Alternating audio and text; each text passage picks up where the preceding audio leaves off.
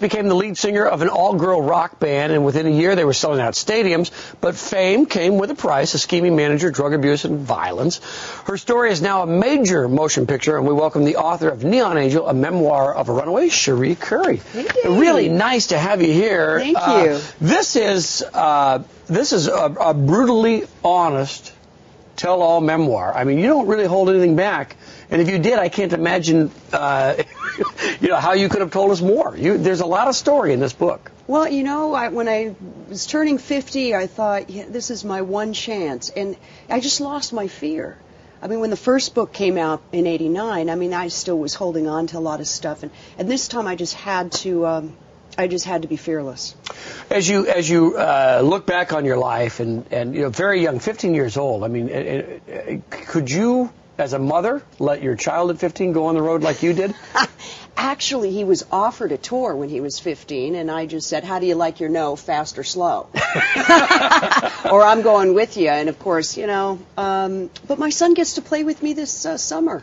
Oh, well, that's nice, because he's a musician, isn't he? He is. But in telling this story, there's so much in there. At 15, lead singer of a hugely popular band. What was life like for you? What was it like at 15? Well, it was just like a cyclone. It just never stopped. I was only in the band a couple of weeks before we were signed, and then went right into the studio and then went on the road. I'd never even been away from Los Angeles. And all of a sudden I'm on the road with no supervision. The girls were great, though. I'm Joan and Sandy West. And it was quite an experience for us. And that's why I have this book. And traveling around the world, fans everywhere at such a young age. Did your parents ever talk to you about it, or did you ever talk to them? I know you like to keep touch base with them as you traveled, but what did they say to you as you traveled? Well, my mother was remarrying and moving to Indonesia, and my dad, basically, he just kind of held tight, and he let me pursue my dream, which I'm very grateful for. Being a parent now, I don't know how our parents actually let it happen. You really have to love a kid a lot to let them go out and I don't know if I could actually have done that. I think it's interesting you say that, because I think that parents of our generation, were more protective, overly protective maybe of children, and yet our parents let you pursue a dream, and you learned or failed on your own. Yeah, but we also had a record contract. It was a big deal, and so, there was money involved and fame, and our parents really wanted us to pursue our dreams, but they had no idea what we were really getting. Yeah, maybe if they knew. Now, your book is made into a movie starring Dakota Fanning as you. What was that like? I know you're on set, you consulted on the movie, you have a screen credit, but to work on that film and recreate yourself through Dakota Fanning, what was that like? Oh, well, it's Dakota Fanning.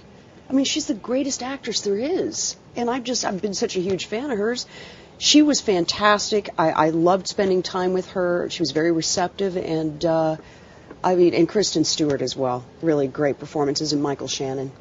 We look at video here of Dakota Fanning as you, and then video of you performing these same concerts, years before, just for the comparison. 35 years before. Yeah, I didn't want to age you too much, but yeah. It's all right. Well, now you mentioned the Joan Jett character in the movie, and I guess there was some issues because there was, I don't want to say romance, but there's a lot of kissing. Oh, yeah. Well, back in the 70s, that was kind of what was going on. David Bowie and Elton John and even Mick Jagger, they were coming out being bisexual. Mm-hmm. And being young and impressionable, it was just what kids were doing at the time. It was fun. You mentioned David Bowie, big influence on you. Yes, he was. And why so? Well, because there was something about him. He had a mystique and just this aura about him that just drew me, and it was because of him I wanted to be a stage performer. And so you had the kind of that persona, and it worked. Yeah, it worked really well. In the book I was reading about, in London at one time, you're all traveling, and people think it's a glamorous life, rock and roll. But you're in a car, Joan Jett's trying to sleep with a jacket on her head, and you get pulled over by police in London, and you're arrested because you have hotel keys. That's right. Yeah, Robert Plant had told us to save our hotel room keys and put them in a shadow box for each tour, and Joan and I were doing that, and they arrested us, thinking that we were going to go back to the hotel rooms and rob people.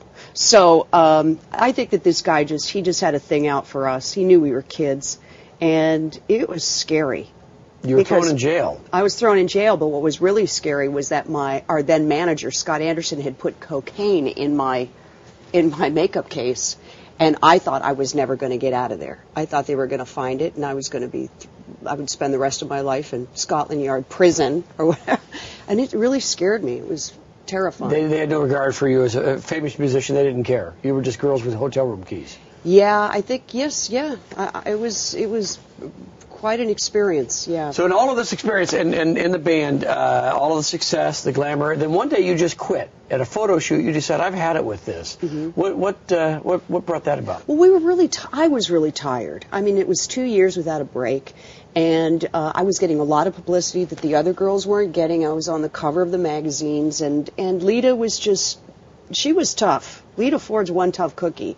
And she ended up kicking my door in because I had to leave to bring my car. My twin sister and I shared a car. She kicked in the door and threatened me, and that was just it. I just had enough. And how old are you this time? You're 17. 17 years old, and you had enough at 17, had enough. Which is interesting when you think about it. Uh-huh. So is she the reason you quit the band? She was definitely, yeah, she was the breaking point for me. But again, we had lost communication. We weren't talking. So I was just tired. Now, you've said something. Your life has been full. There's a lot of story there, but this is not your first time in Portland because you are a chainsaw artist. That's right. Here's some of your work here that we're looking at. And chainsaw artists are exactly as it sounds. You use a chainsaw to create this kind of art, right? Right. Yeah. How did you get into this? It was just a fluke. I was actually a relief carver, and which is two-dimensional, and I was going to the beach one day and saw a couple of guys chainsaw carving at the side of the road, and I just couldn't get it out of my head. And this voice just kept telling me to go back, and I did, and I just fell in love with it. And I started the next day. And my third piece was accepted into the Malibu Art Expo, which is very difficult to get into. It was 3 sea turtles swimming around a piece of coral, and I thought, I've got something here. I love it. When you think about it, I mean, a pioneer in girl rock and roll bands and chainsaw artists. It's quite a spectrum there, isn't it? I know, and trust me, I didn't go out searching for this, thinking, well, what do men not do, or what do girls not do? It's just been my life, and I wouldn't have it any other way. Well, it's a fascinating life. Neon Angel, and the movie, starring Dakota Fanning as you, opens this Friday. It is rated R. We're so glad that you took time to come in and see us. Thank you very, very much. We appreciate it.